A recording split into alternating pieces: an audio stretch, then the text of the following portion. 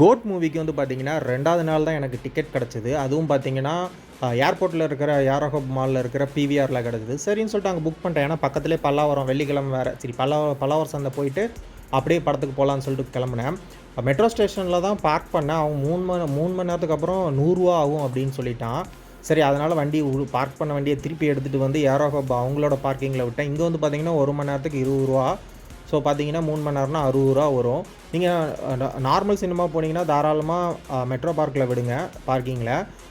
ரொம்ப நேரம் ஆகுற மாரி இருந்துச்சுன்னா, நீங்க வந்து இந்த மாரி ஏரோ ஹப்ல விட்டுருங்க. நான் ஏரோ ஹப்பும் நெறைய 2, 3 பார்க்கிங் ஏரியா இருக்கு. நான் கொஞ்சம் தள்ளி விட்டுட்டேன். மாலு ஒரு சைடு இருக்கு. நான் விட்ட பார்க்கிங் வந்து கொஞ்சம் டிஸ்டன்ஸ் ஜாஸ்தி. திருப்பி அங்கேருந்து அவசர அவசரமா மாலுக்கு வந்தேன்.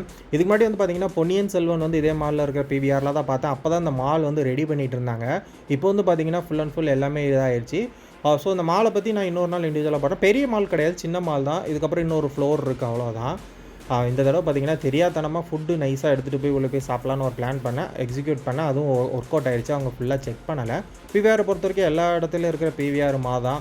அதோட இன்டீரியர் எல்லாமே பார்த்தீங்கன்னா, அதே தான்.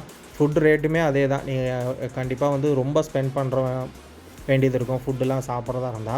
அதனால தான் நான் இந்த தடவ என்ன பண்ணிட்டேன், வெளியில வந்து கொஞ்சம் சிப்ஸு எடுத்துட்டு போனேன். ட்ரை பண்ணி பார்த்தேன் ஃபர்ஸ்ட் டைம் எப்படின்னு சொல்லிட்டு. மழை வருதுனால ரெயின் கோட் க்ளோத்ஸ் எடுத்துட்டு போனேன். அவங்களும் பெருசா செக் பண்ணல.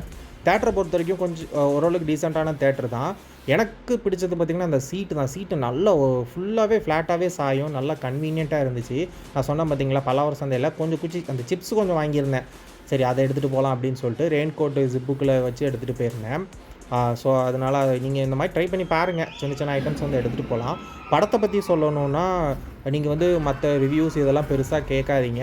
பிளைண்டா போங்க. படம் கண்டிப்பா எல்லாருக்குமே பிடிக்கும். என்டர்டெயின்மென்ட்டா இருக்கும். கொஞ்சம் டைம் எடுக்கிறப்பலாம் இருக்கும்.